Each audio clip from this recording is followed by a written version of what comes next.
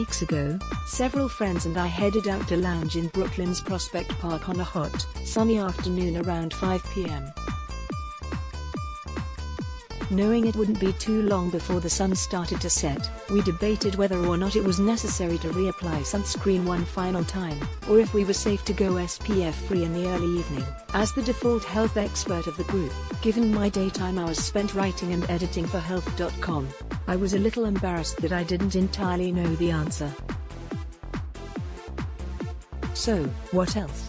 I asked a couple of experts, and then tacked on a few extra sunburn, sun protection, and sunscreen questions we could all use definitive answers to. I'm willing to bet you've wondered about at least a couple of these too. Can I still get a sunburn after 5 p.m? Where there's sunlight, there's the potential for a burn, says Mary L. Stevenson, MD, of the Ronald O. Perelman Department of Dermatology at NYU Langone Health. It depends on how sensitive you are, but there's definitely still UV radiation occurring if there's still light. Yes, she admits, the sun's rays are typically strongest between 10 a.m. and 4 p.m. Yet if you can see the sun, you could get burned, especially if you're fair-skinned and burn easily, she says. Those dangerous hours are determined by how high the sun is in the sky, explains Susan Y. Chon, MD, Associate Professor in the Department of Dermatology at the University of Texas MD Anderson Cancer Center. But they can vary depending on where you are. After 5 p.m. in, say, Seattle, the intensity of the sun might fluctuate with the season, but in Texas it's still blazing hot and high in the sky. Based on your location, you may be able to safely skip a 5 p.m. sunscreen reapplication, but when in doubt, put on some more. Related, 7 skin cancer risk factors, besides your last sunburn. Can I get a sunburn on a cloudy day? I'll admit, I knew the answer to this one already, because I have lived it. I'm sensitive enough to the sun that I've burned on cloudy days and even one winter day while shoveling snow. But drive. Chon helped me understand why. The UV still penetrates cloud coverage. Sigh. There's a chance cloudy summer days could lead to worse burns, she says. Those grey days tend to feel cooler, so you might be inclined to stay outside longer or forget to reapply sunscreen than on sunnier days when you're so hot, you seek out shade, or at least remember to lotion up. People get sunburned all the time on an overcast day, she says. Even if you don't burn on a cloudy day, UV rays are still potentially damaging and can age your skin. Drive. Stevenson says. So yes, you need sunscreen on cloudy days, on ski trips, on fall hikes, basically all year round. Can I get a sunburn through a car or airplane window? I imagine you, like me, tend to assume that when you're inside, you don't need to wear sunscreen. But does a car count? Whoever's sitting on the sunny side for a drive certainly feels warmer. So can UV rays get you, even when you're buckled up?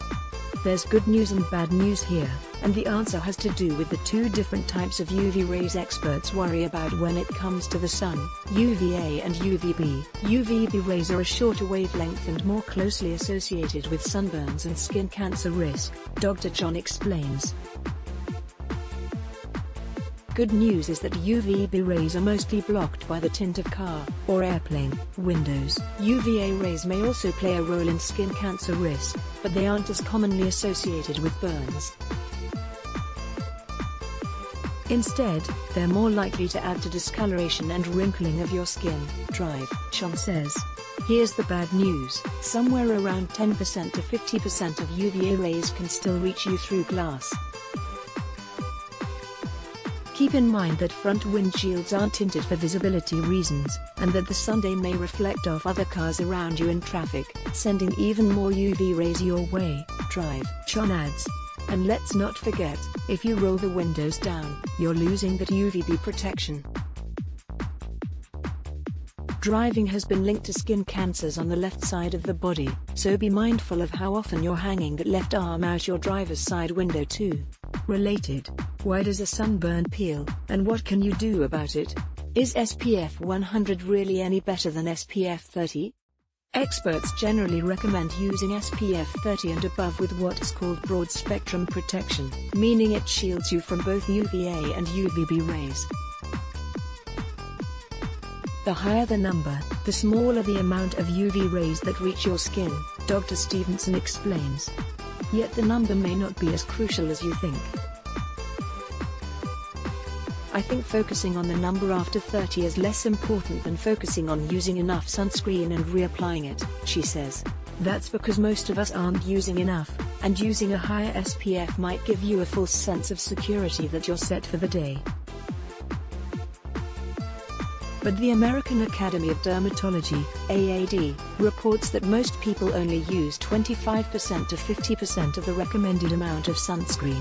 We generally say a shot glass size amount for exposed areas of skin and a teaspoon for your face and neck, then reapply every 2 hours and make sure you don't miss anywhere. Drive.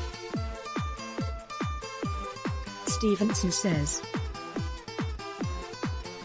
I'm usually shaded under an umbrella and people are still surprised by how frequently I reapply my sunscreen. If you're using enough, you'll know, because you'll go through a lot of sunscreen. If one bottle is lasting you the whole summer, you are not putting on enough, Dr. Stevenson warns. Do I have to rub and spray sunscreen? Before you roll your eyes and I can't be bothered exasperation, consider this cautionary tale. I've had patients sunburned in stripes because they spray themselves funny. Drive. Sean says. Sprays are convenient, sure, but without a post-spray rub-down, you're highly likely to have missed a spot or two, she says. Spray sunscreen formulas are also so fine, you may easily sweat them off before they have time to sink in, she adds. Both derms actually say they're not huge fans of spray sunscreens because their formulations are usually chemical.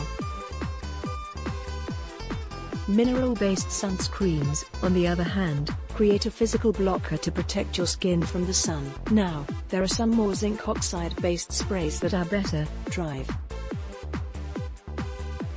Chon says, including Ulta-MD's UV Aero Broad Spectrum SPF 45, $31.50, dermstore.com, and Kiss My Face's Mineral Sun Spray Lotion, $17, amazon.com. Still, rubbing it in helps, she says.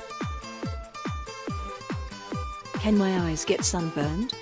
Just like your skin can be burned and damaged by UVA and UVB rays, your peepers can too. The result is technically called photokeratitis, which encompasses UV damage to eyes from man-made sources like tanning beds too, not just the sun. A wide-brimmed hat is great for skin and also protects your eyes. Drive. Stevenson says. And sunglasses should have UVA and UVB protection. Luckily, even a lot of the cheap options do, Dr. Chon adds.